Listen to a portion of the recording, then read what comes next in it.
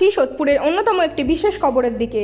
সোদপুর স্টেশনের 1 নম্বর প্ল্যাটফর্মে প্রতিদিন দুপুর 2:30 থেকে 3টের মধ্যে একটি এনজিও সংস্থা থেকে স্টেশনের দরিদ্র ভিক্ষুক মানুষদের জন্য আহারের ব্যবস্থা করে।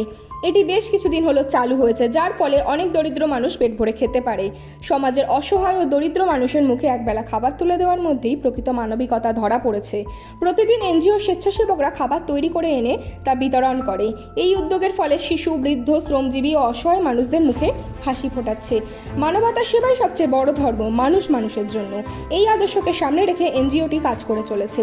এই উদ্যোগকে আমাদের সংবাদ চ্যানেল কুর্নিশ জানাচ্ছে, যা আগামীতে সুন্দর সামাজিক ভবিষ্যৎকে এগিয়ে নিয়ে যাবে। আসুন আমরা সবাই মিলে নিজেদের সামর্থ্য অনুযায়ী এমন মানুষের পাশে দাঁড়াই এবং একটি সুন্দর মানবিক সমাজ গড়ে তুলি।